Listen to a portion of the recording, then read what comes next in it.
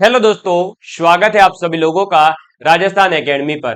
मैं परवीन सिंह आप सभी लोगों के साथ में। जैसा कि आप सभी लोग जानते हैं, एलडीसी एग्जाम, सीईटी एग्जाम, छात्रावास अधीक्षक एग्जाम के लिए साइंस की क्लासेस और मैथमेटिक्स की क्लासेस लेकर के आ रहा हूं। साइंस की क्लास हमारी डेली 8 बजे होती है और मैथमेटिक्स की क्लास डेली 9 बजे होती है। और जैसा कि आप लोग जानते हैं, यह संपूर्ण तरीके से निःशुल्क बैच है। इसमें किसी भी प्रकार का आपको कोई ऐप डाउनलोड नहीं करना है, ना ही कोई पेड कोर्स है। संपूर्ण कोर्स आपको हमारे YouTube चैनल पर फ्री ऑफ कॉस्ट अवेलेबल करवाया जा रहा है। आप लोग प्लेलिस्ट के अंदर जाकर के, जिस प्रकार से ऐप के अंदर आपको एक सिस्टमेटिक कोर्स होता है और आपके टॉपिक वाइज टॉपिक पढ़ाया जाता है, वैसे ही हमारे YouTube चैनल पर प्लेलिस्ट के अंदर पूरा कोर्स आपके लिए अवेलेबल है, मैथमेटिक्स और साइंस दोनों का ही। साथ ही साथ अगर कोई लैब स्टूडेंट की प्रिपरेशन कर रहा है, सेकंड ग्रेड की कोई प्रिपरेशन कर रहा है, और सीईटी के लिए, इससे पहले जो हमारा सीईटी हुआ उसके लिए जो हमने क्लासेस प्रोवाइड करवाई थी, वो सभी क्लासेस हमारे यूट्यूब चैनल पर प्लेलिस्ट के अंदर अवेलेबल है। आप देख सकते हैं और अपने नोट्स बना सकते हैं। आज की क्लास नंबर 98 है और आप लोगों को बता दूं कि आज हम लोग पढ़ने वाले हैं बायोलॉजी के अंदर हमारे गुण सूत्रों के प्रकार के बारे में, यानी टाइप्स ऑफ क्रोमोसोम के बारे में पढ़ेंगे। और इससे पहले का फिजिक्स, केमिस्ट्री, स्पेस टेक्नोलॉजी वाला पोर्शन जो है वो हो चुका है। चलिए, एक ये पुस्तक मेरे द्वारा लिखी गई है, एलडीसी की, जो च्यवन प्रकाशन के द्वारा प्रकाशित की गई है और राजस्थान के हर बुक स्टोर पर अवेलेबल है। आप लोग जा करके इस पुस्तक को परचेज कर सकते हैं। इसमें जो है आप लोगों को संपूर्ण विषय मिलने वाले हैं और साथ ही साथ क्वालिटी एकदम जो है मेंटेन की गई है। आपको इस प्रकार का कंटेंट दिया गया है कि आपको बस थोड़ी बहुत चीजें अगर आप अपडेट कर देंगे तो आपको फिर किसी भी प्रकार के नोट्स बनाने की जरूरत नहीं, ना किसी प्रकार का कोई भी जो है बुक अदर परचेज करने की जरूरत पड़ेगी। ये हमारा टेलीग्राम चैनल है, राजस्थान एकेडमी सिरोही नाम से। आप इस चैनल पर जुड़ सकते हैं। इस चैनल पर मैं जितनी भी सूचनाएं होती है, जिनके हम वीडियो नहीं बनाते हैं, केवल और केवल आपको टेलीग्राम पर अपडेट कर दिया जाता है। और इसी टेलीग्राम चैनल पर मैं बहुत ही जल्दी जो है टेस्ट सीरीज स्टार्ट करने जा रहा हूं, यानी मैं रेगुलर क्वेश्चंस आपके लिए जो है पोस्ट करूंगा। और वो अलग अलग सब्जेक्ट के, कभी जैसे साइंस के, कभी मैथ्स के, कभी हिंदी के, कभी इंग्लिश के, कभी आपके जीके के, इस प्रकार से एक शेड्यूल बना करके मैं आप लोगों के लिए टेलीग्राम पर क्वेश्चंस अपडेट करने वाला हूं। तो आप लोग जुड़ करके इस टेलीग्राम चैनल पर जो है उन क्वेश्चंस का फायदा उठा पाएंगे और उन क्वेश्चंस की व्याख्या भी आपको प्रोवाइड की जाएगी। ठीक है, चलिए अब हम बढ़ते हैं आगे और आज हम बात करते हैं गुणसूत्रों के प्रकार के बारे में। गुणसूत्रों की पूरी संरचना के बारे में मैं आप लोगों को जो है पिछली क्लास में समझा चुका हूं और आज हम बात करते हैं प्रकार की। तो गुणसूत्रों के प्रकार जो है, हम बेसिकली 4 अलग अलग प्रकार पढ़ने वाले हैं। मुझे पता है कई विद्यार्थियों के दिमाग में आ रहा होगा, सर गुणसूत्र 2 ही प्रकार के होते हैं, लिंग गुणसूत्र और अलिंग गुणसूत्र। हाँ, ये तब तक जब तक आप जो है केवल 10वीं लेवल का पेपर देते हैं। अगर आप 12वीं क्लास में आ चुके हैं और आप 12वीं पास विद्यार्थी हैं और फिर आप अब आज जो है कंपटीशन में जब आ गए हैं, तो अब आपको काफी डिटेल में पढ़ना पड़ता है। और गुणसूत्रों के प्रकार टोटल कितने हैं? 4। अब 4 के अंदर पहला आपके आ जाएगा अलिंग गुणसूत्र, दूसरा आ जाएंगे लिंग गुणसूत्र, उसके बाद में कुछ विशिष्ट प्रकार के गुणसूत्र हैं, उनके बारे में अपने को बात करनी है। तो सबसे पहले अपन बात करते हैं अलिंग गुणसूत्र के बारे में। तो पहला टाइप अपना कौन सा आ जाएगा? अलिंग गुणसूत्र। तो हेडिंग डालिएगा अलिंग गुणसूत्र, जिसे आप इंग्लिश के अंदर ऑटोसोम्स भी कहते हैं। और ये नाम आप इंग्लिश में याद जरूर रखें, काम आएगा। ऑटोसोम्स, ठीक है, क्रोमोसोम्स होता है, वहीं से एक ऑटोसोम शब्द भी आया है। ऑटोसोम सब जो है या अलिंग गुणसूत्र जो है, इसका मतलब क्या है? तो ऑटोसोम्स या अलिंग गुणसूत्र का मतलब होता है कि ये ऐसे गुणसूत्र होते हैं जो नर और मादा दोनों के अंदर, यानी स्त्री और पुरुष दोनों के अंदर समान रूप से पाए जाते हैं। आपका चाहे वो जो है भाई मतलब कोई भी हो, नर का मतलब आप समझ गए ना, वो चाहे फिर जानवरों के अंदर नर की बात कर रहे हो या पेड़ पौधों में या कहीं पर भी, तो आपके नर और मादा के अंदर समान रूप से ये जो है गुणसूत्र पाए जाते हैं। और ये गुणसूत्र जो होते हैं वो हमारी जो कायिक कोशिकाएं होती है उनके अंदर पाए जाते हैं। इन की अगर हम बात करें तो ये लिंग गुणसूत्र जो होंगे, उन लिंगों के जो गुण होते हैं जैसे आपका ये भाई नर होगा, ये मादा होगा, ये नपुंसकलिंग होगा। इस प्रकार से जो लिंग होता है, उस लिंग के गुण को छोड़ करके जीव के जितने भी अन्य लक्षण हैं, वो सभी लक्षणों को निर्धारित कौन करता है? अलिंग गुणसूत्र निर्धारित करता है। तो हम ये कह सकते हैं कि मानव या फिर किसी भी जीव जंतु के लिंग को छोड़ करके जितने भी लक्षण है वो डिसाइड करते हैं अलिंग गुणसूत्र। लेकिन जो लिंग डिसाइड करने वाले गुणसूत्र होंगे उनको हम लिंग गुणसूत्र कहते हैं, जिन्हें इंग्लिश के अंदर अपन क्या कहेंगे? तो हमारे एलोसोम्स कहते हैं या हेट्रोक्रोमोसोम्स भी कहा जाता है। तो अलिंग गुणसूत्र के बारे में आप लिखेंगे कि ये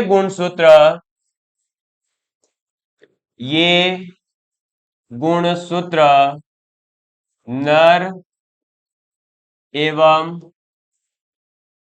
मादा में नर एवं मादा में समान रूप से पाए जाते हैं। समान रूप से पाए जाते हैं। समान रूप से पाए जाते हैं। ये गुणसूत्र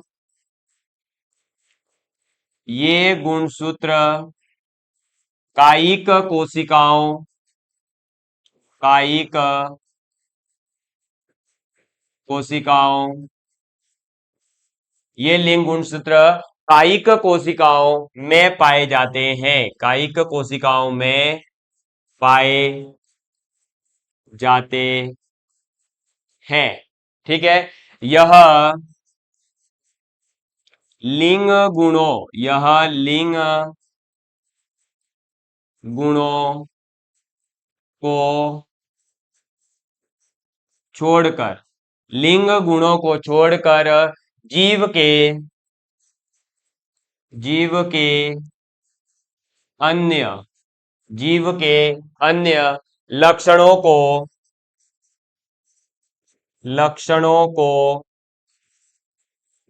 निर्धारित करते हैं। निर्धारित करते हैं। समझ में आ गई बात?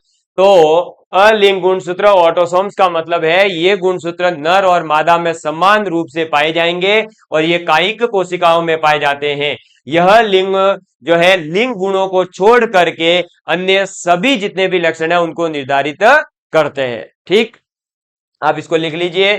स्क्रीनशॉट लेना है तो स्क्रीनशॉट ले लीजिए। फिर अपन लिंग गुणसूत्रों के बारे में बात करते हैं। कई विद्यार्थी कमेंट करते हैं कि सर आप स्क्रीनशॉट लेने नहीं देते हैं। अरे भाई, स्क्रीनशॉट लेने के लिए क्या आपको 4 घंटे लगते हैं क्या? जो है फिर एक स्क्रीनशॉट लेना, बटन दबाते स्क्रीनशॉट आ जाता है। आजकल स्क्रीनशॉट का तो जमाना चल रहा है? चलो आगे देखेंगे लिंग गुणसूत्र। लिंग गुण सूत्र। ठीक, लिंग गुण सूत्र को एलोसम्स कहा जाता है। आगे देखेंगे। अब ये क्या करते हैं? तो लिंग निर्धारण करने में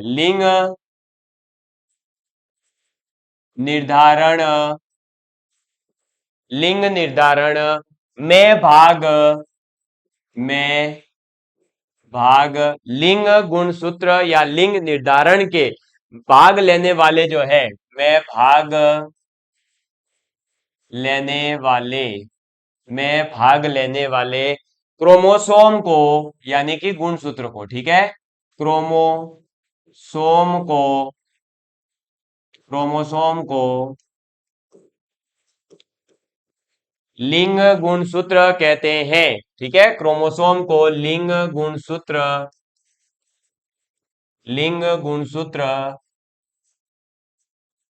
कहते हैं। क्लियर?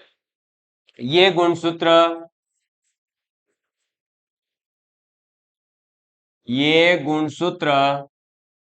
नर व मादा नर व मादा, ठीक है, नर और मादा या नर व मादा दोनों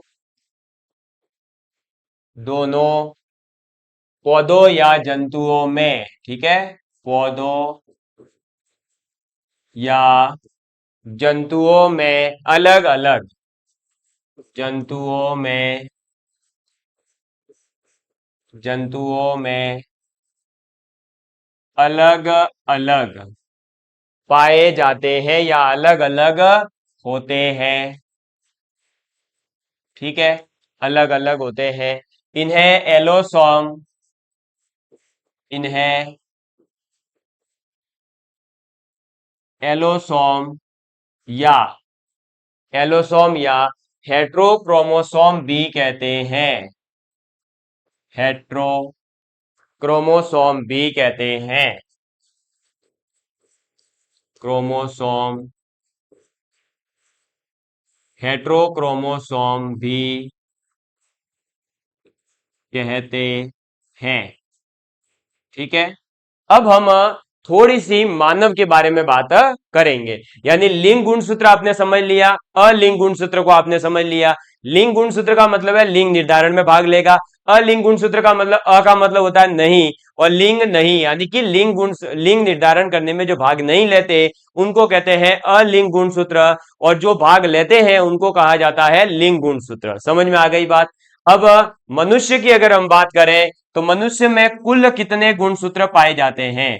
तो मनुष्य में कुल गुणसूत्र, और ये क्वेश्चन कई बार अभी जो है आप लोगों के लिए मैं एक बहुत ही शानदार सी पुस्तक लेकर के आ रहा हूं बहुत ही जल्दी, जिसके अंदर लगभग 8,000 से भी ज्यादा ऑब्जेक्टिव क्वेश्चन होंगे। और वो भी जिस भी एग्जाम में आज तक साइंस आई है, चाहे वो इंडस्ट्री इंस्पेक्टर हो, महिला पर्यवेक्षक हो, एएन हो, जेईएन हो, आरएएस हो, आपका एलडीसी हो, सीईटी हो, पटवार, कांस्टेबल, ग्राम सेवक, एसआई, जितने एग्जाम होते हैं फर्स्ट ग्रेड, जहां कहीं भी साइंस आती है, जनरल साइंस है ना, उससे रिलेटेड जितने क्वेश्चन आए हुए हैं आज तक, तो उन सभी को मैं जो है एक बुक के फॉर्मेट में आप लोगों के लिए लेकर आ रहा हूं। साथ ही साथ आज तक आपने बहुत सारी बुकें देखी होगी अलग अलग पब्लिकेशन की, लेकिन फिजिक्स के क्वेश्चंस जो न्यूमेरिकल्स होते हैं उनका सॉल्यूशन प्रॉपर आपको कहीं नहीं मिला होगा। लेकिन जो मैं पुस्तक लेकर के आ रहा हूं उसके अंदर आपको प्रॉपर सॉल्यूशन मिलेगा, और वो भी ऐसा सॉल्यूशन कि आप खुद अगर एक बार पढ़ोगे आपको समझ में नहीं आए तो बता दीजिएगा। ऐसी पुस्तक लेकर के आ रहा हूं, और उसके अंदर मैंने जब ये क्वेश्चन देखा कि मनुष्य में कुल गुणसूत्र, तो ये पता नहीं कितने एग्जाम में, कांस्टेबल में तो 3-3 4-4 बार पूछ लिया, इवन जो है सेकंड ग्रेड एलडीसी सभी में इससे रिलेटेड क्वेश्चन आया। तो मनुष्य में कुल गुणसूत्र कितने होते हैं? 46 होते हैं। अगर पूछा जाए गुणसूत्रों के युग्म कितने होते हैं, अब यह भी पूछा जा सकता है कि गुणसूत्र युग्म कितने होते हैं, तो गुणसूत्र युग्म होते हैं 23। कितने होते हैं? 23 होते हैं। ठीक है, अगर आपसे पूछा जाए अलिंग गुणसूत्र कितने होते हैं, अलिंग गुण सूत्र, तो अलिंग गुणसूत्र होते हैं 44। अगर पूछा जाए अलिंग गुणसूत्र युग्म कितने होते हैं, अलिंग गुणसूत्र युग्म, है ना, तो वो होते हैं आपके 22। क्लियर। अगर आपसे पूछा जाता है लिंग गुणसूत्र, अब ये छोटी छोटी चीजें हैं इसलिए आपको मैं इधर ही एक साथ लिखवा रहा हूं, तो आप लिख लीजिए केवल। ठीक है, लिंग गुणसूत्र कितने होते हैं, तो लिंग गुणसूत्र होते हैं आपके पास में 2। कितने होते हैं? 2। अगर पूछा जाए लिंग गुणसूत्र युग्म कितना होता है, गुणसूत्र युग्म, तो वो होता है केवल 1। ठीक है, अगर बात करें हम, वैसे अभी आगे अपन मनुष्य में लिंग निर्धारण में अपन बात करेंगे, लेकिन पुरुष में गुणसूत्र,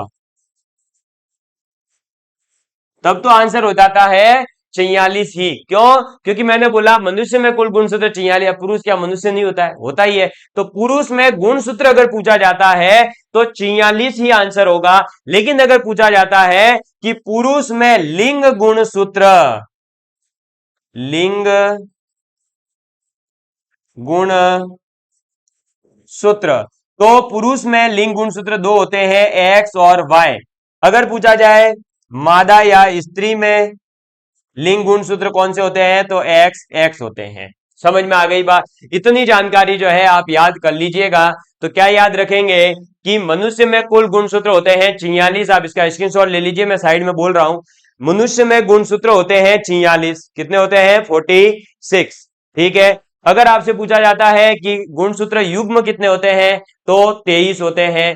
अलिंग गुणसूत्र कितने होते हैं तो 44 होते हैं। अलिंग गुणसूत्र युग्म की बात की जाए तो वो कितने होते हैं आपके 22। अगर बात की जाए लिंग गुणसूत्र कितने होते हैं तो 2 होते हैं। पुरुष में लिंग गुणसूत्र 2 कौन से होते हैं तो एक्स वाई। मादा में कौन से होते हैं एक्स एक्स। अगर पूछा जाता है कि मनुष्य में लिंग गुणसूत्र युग्म कितने होते हैं तो एक। ज्यादातर क्वेश्चन तो एग्जाम के अंदर आपसे जो है यही पूछा गया है, जो आपका पहला वाला स्टेटमेंट है ये वाला है ना, मनुष्य में लिंग गुणसूत्र कितने हैं। इसके बाद में थोड़ा जो है कई बार कंफ्यूज करने के लिए ये भी पूछ लिया गुणसूत्र युग्म। इसके अलावा जो चीजें मैंने आपको लिखवाई है वो आपके लिए एक्स्ट्रा नॉलेज है, वो आपके अब जो है एग्जाम का पैटर्न जैसे जैसे थोड़ा सा टफ होता जा रहा है, थोड़ा सा कंफ्यूजिंग होता जा रहा है, वहां पर आपसे जो है पूछा जा सकता है। इसमें जो है क्वेश्चन आपके मैच द कॉलम वाला भी बन सकता है। हो सकता है कि एक तरफ आपको जो है ये लिख के दे दे गुणसूत्र युग्म, लिंग गुणसूत्र, अलिंग गुणसूत्र, अलिंग गुणसूत्र युग्म, और इधर सामने उनकी संख्या लिख करके दे दे और आपसे मैच करवा देवे, तो वहां पर जो है ये चीजें आपके काम आएगी। इसका स्क्रीनशॉट ले लिया है, नहीं लिया तो एक बार ले लीजिए। मैं वापस साइड में आया हूं, उसके बाद में अपन आगे बढ़ते हैं, जल्दी से ले लीजिए। अब हम बात करते हैं, ये दो टाइप तो लगभग जो है 10th क्लास तक हर विद्यार्थी पढ़ता है, या हम ये कहें कि कंपटीशन में भी जैसे तैयारी करने आता है तो वो ये चीज तो पढ़ ही लेता है। लेकिन बात आती है विशिष्ट प्रकार के कुछ गुण सूत्रों की, तो वहां पर जो है आप अब लिखेंगे थर्ड टाइप अपन पढ़ने जा रहे हैं। और ये विशेष है, थोड़ा सा याद रखना, ये आपकी जो आरबीएससी की जो किताबें हैं, जो 12वीं लेवल की आरबीएससी की जो 12वीं की जीव विज्ञान की किताबें हैं, वहां ये चीजें मिलती है। अब वहां की चीजें जो है हम ये सोचते हैं 12वीं का कौन पूछेगा, और पूछ रहे हैं एग्जामिनर, ठीक है, तो थोड़ा एडवांस ही तैयार रहे तो बढ़िया रहेगा। तो लिखिएगा विशिष्ट प्रकार के, यानी स्पेशल टाइप्स ऑफ क्रोमोसोम, है ना। तो लिखिए विशिष्ट प्रकार के गुणसूत्र, विशिष्ट प्रकार के गुणसूत्र। अब विशिष्ट प्रकार के जो गुणसूत्र है इसमें दो टाइप आते हैं, तो अपन पहले बात करते हैं एक की, और पहला इसके अंदर आ जाता है पॉलीटीन। क्या आ जाता है पॉलीटीन, या फिर आप पॉलीटीन को ही इन्हीं का दूसरा नाम मिलता है लार ग्रंथि। क्या लार ग्रंथि गुणसूत्र, लार ग्रंथि गुणसूत्र। अब ये क्या होते हैं पॉलीटीन या लार ग्रंथि गुणसूत्र, क्या होते हैं इसके बारे में अपन बात करते हैं। तो सबसे पहले तो पॉलीटीन गुणसूत्र या जो लार ग्रंथि गुणसूत्र है, इनकी खोज किसने करी, क्योंकि यही क्वेश्चन आपसे पूछा जा सकता है।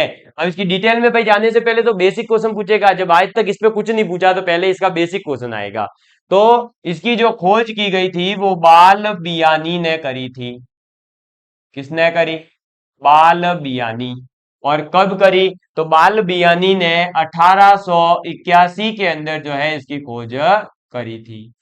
ठीक है, बाल बियानी जी ने जब इसकी खोज कर ली, इसको पता चल गया कि ये चीज है, तो बाल बियानी जी ने क्या करा, पता तो लगा लिया लेकिन इसका नामकरण नहीं कर पाए थे, इसलिए फिर इसका बाद में जो नामकरण संस्कार किया वो किया था इसने। इसने इसका क्या मतलब आपने, अरे मैंने नहीं, कॉलर, कॉलर कॉलर में दिल है मेरा, है ना। तो कॉलर ने जो है क्या करा था, कॉलर ने क्या करा था, अरे कॉलर कॉलर गीत गाया था नहीं, पॉलीटीन गुणसूत्र या जो लार ग्रंथि गुणसूत्र है उसका नामकरण किया था किसने, कॉलर ने। अब लिखेंगे ये गुणसूत्र,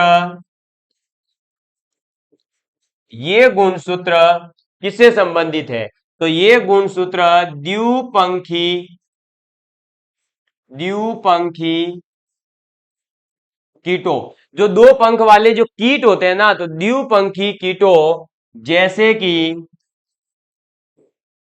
जैसे कि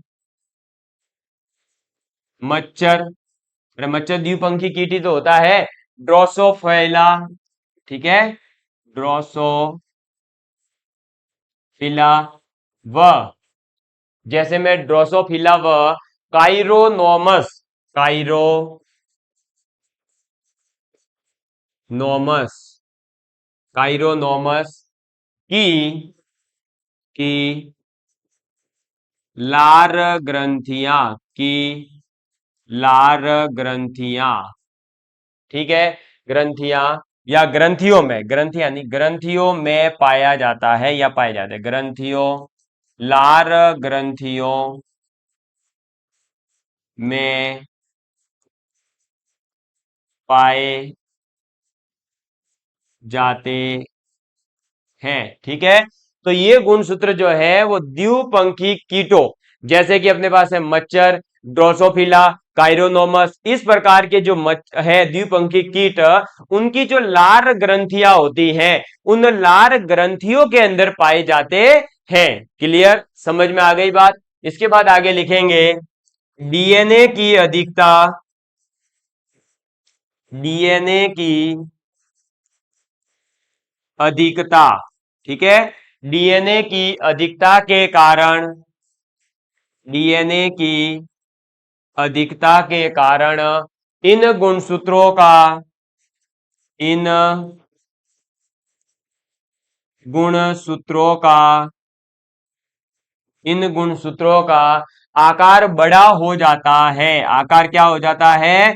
बड़ा हो जाता है। आकार बड़ा हो जाता है, हो जाता है, ठीक है। तथा ये,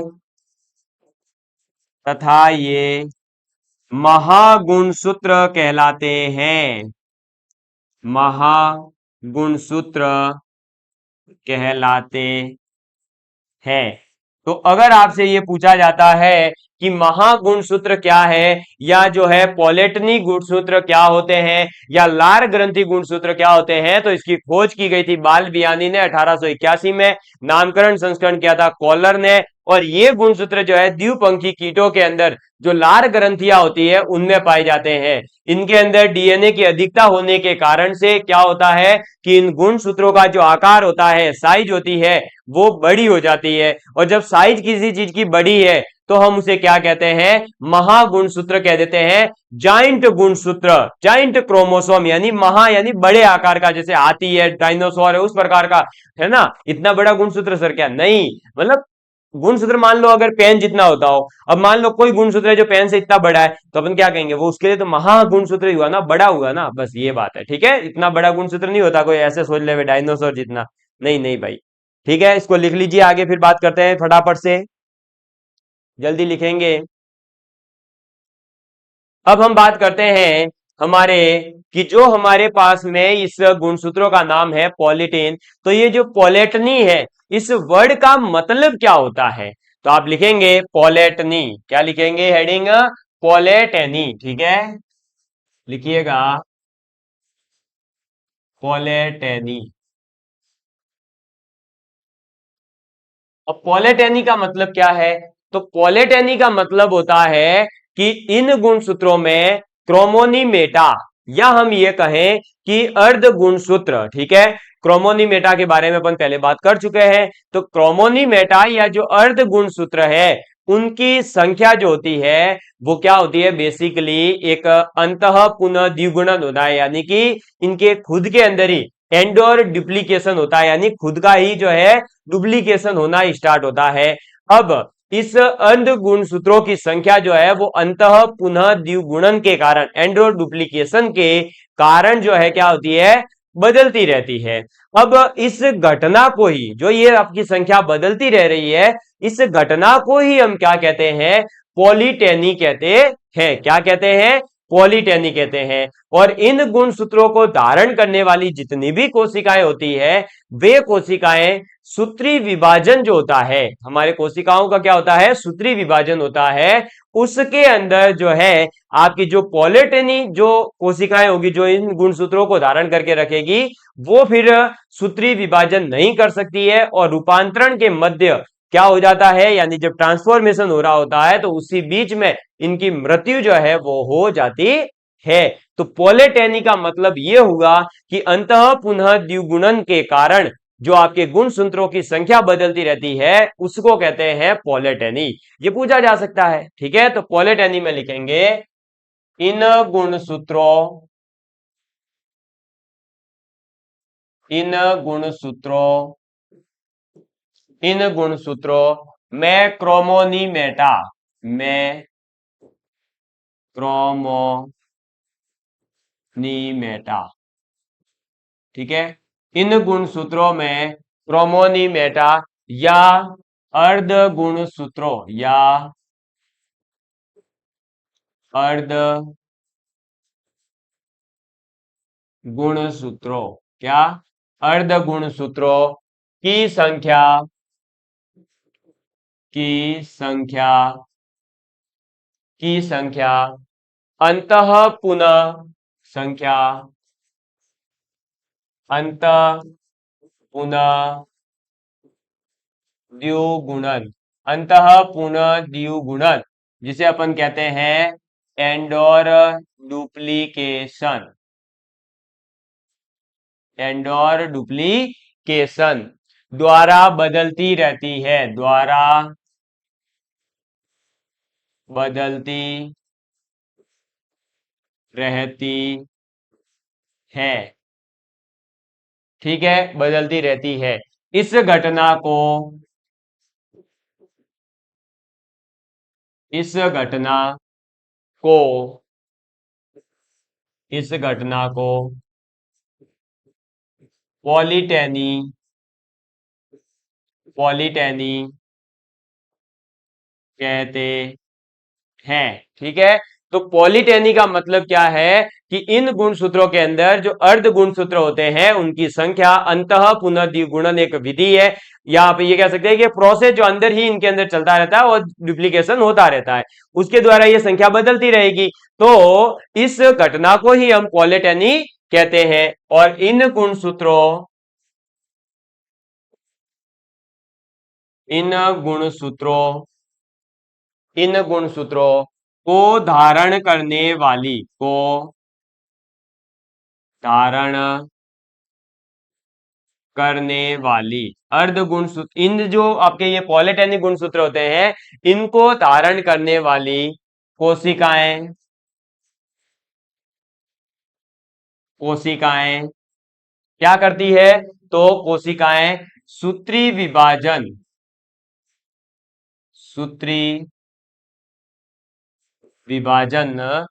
नहीं कर सकती, नहीं कर सकती, ठीक है। और रूपांतरण के समय रूपांतरण के मध्य मध्य इनकी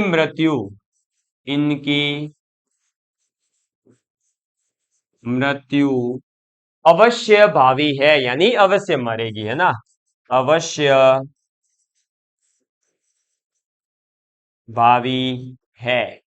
क्लियर? इसको आप एक बार नोट डाउन कर लीजिए, फिर अपन आगे बात करते हैं। इसका स्क्रीनशॉट ले लीजिए जल्दी से एक बार, ठीक है। तो पॉलीटेनी क्या है? तो इन गुणसूत्रों में जो अर्ध गुणसूत्र है उनकी संख्या बेसिकली बदलती रहती है, और इस घटना को ही हम क्या कह रहे हैं? पॉलीटेनी कहते हैं। और इन गुणसूत्रों को जो धारण करने वाली कोशिकाएं हैं वो सूत्री विभाजन नहीं कर सकती है, और रूपांतरण के मध्य इनकी मृत्यु अवश्य भावी है, ठीक है। आगे आप लिखना चाहें तो लिख सकते हैं इसी के अंदर, फिर अपन आगे देख लेंगे। इस प्रकार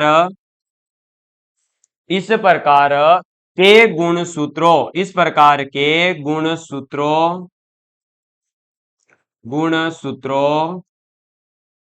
पर पर गहरी तथा पर गहरी तथा हल्की पट्टियां, कैसी? गहरी और हल्की पट्टियां मिलती है, पट्टियां, हल्की पट्टियां मिलती है, ठीक है। कहीं कहीं पर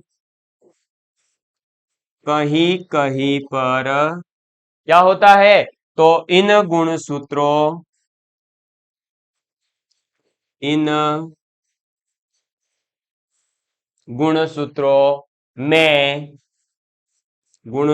में फूले हुए, फूले हुए मतलब कि थोड़ा सा जो कहते हैं ना स्वेल आ जाना, फूले हुए भाग पाए जाते हैं, फूले हुए भाग पाए जाते हैं। ठीक है, ये लिख लीजिए, मैं थोड़ा सा इसको ऊपर कर रहा हूं। हाँ, अब हो जाएगा। ठीक है, कोई दिक्कत तो नहीं है, लिख लीजिए। तो पॉलिटेनी के अंदर अपन लिख रहे थे कि इस प्रकार के गुणसूत्रों पर गहरी और हल्की पट्टियां मिलती है, और कहीं कहीं पर क्या होगा कि इन गुणसूत्रों के अंदर फूले हुए भाग पाए जाते हैं, और जो फूले हुए भाग होते हैं उन्हें अपन पफ कहते हैं। क्या कहते हैं? पफ कहते हैं। जैसे बीच के अंदर आपने देखा होगा कि थोड़ा सा ट्रेंड चला था कि लड़कियां और लड़के दोनों ही जो अपने बाल थे उनको आगे से पहले पीछे ले जाते थे और फिर यूं टर्न मारते थे, तो उससे क्या होता था, वो इधर एक फुग्गे टाइप में बन जाता था, और फिर कहते थे कि पफ बनाइए, पफ क्या बनाया है, पफ बनाया है। अब आधे लोगों ने पफ खाया होगा तो उनके मुंह में पानी आ रहा होगा कि पफ भी खा लेते हैं। अरे भाई, उस पफ की बात नहीं कर रहा, वो जो बाल फुलाते थे ना उसी को कहते थे पफ। वैसे ही कोशिकाओं के अंदर भी क्या होता है, कुछ फूला हुआ भाग पाया जाता है, उस फूले हुए भाग को अपन क्या कह रहे हैं, पफ कहते हैं। तो फूले हुए भाग, फूला हुआ भाग या फूले हुए भाग पाए जाते हैं जिन्हें पफ कहते हैं, जिन्हें पफ कहते हैं,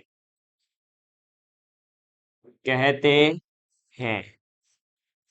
ठीक है, ये आप लिख लीजिए। और इसके बाद में इसके आगे जो दूसरे टाइप के गुणसूत्र है वो है लैंप ब्रूस गुणसूत्र, उनकी अपन बात करेंगे। कौन से हैं? लैंप ब्रूस गुणसूत्र। और उसके बाद ये तो अपन विशिष्ट प्रकार के गुणसूत्रों के दो भाग पढ़ रहे हैं, पॉलिटेनी और लैंप ब्रूस। इसके बाद तीसरा जो टाइप है वो है सहायक गुणसूत्र या बी गुणसूत्र, उनके बारे में अपन बात करेंगे। ठीक है, चलिए। तो अब मैं जो है आज की क्लास को यहीं पर समाप्त करूंगा, इससे आगे की चीजों को अपन कल की क्लास में देखेंगे, और फिर अपना अगला जो टॉपिक है न्यूक्लिक अम्ल, उनके बारे में अपन बात करेंगे और उनको भी इसी प्रकार से समझते हुए आगे बढ़ेंगे। न्यूक्लिक अम्ल मतलब आपके डीएनए और आरएनए के बारे में, और फिर अपन पढ़ेंगे मनुष्य के अंदर लिंग निर्धारण के बारे में, और उसके बाद आपको जो है इस बायोलॉजी से मिल जाएगा छुटकारा। तो बदल जाइए वक्त के साथ, या फिर वक्त बदलना सीखिए, मजबूरियों को मत कोसिए, हर हाल में चलना सीखिए, हर हाल में चलना सीखिए। जय हिंद, जय भारत।